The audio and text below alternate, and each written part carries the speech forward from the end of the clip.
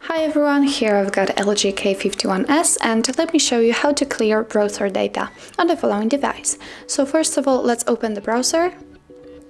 Now let's choose the settings, which should be here, the three dots icon.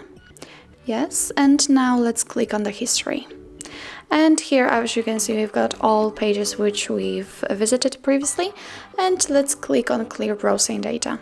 And as you can see, now you can choose what you want to remove. It's a browsing history, cookies and site data, cached images and files, or you can choose the advanced, so you can remove also saved passwords or autofill form data or site settings.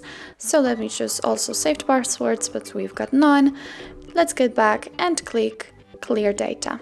And now the history is cleared, also the cookies and the saved passwords. So that's all. This is how you remove the data from your browser. And if you feel that this video was helpful, please hit the subscribe button and leave the thumbs up.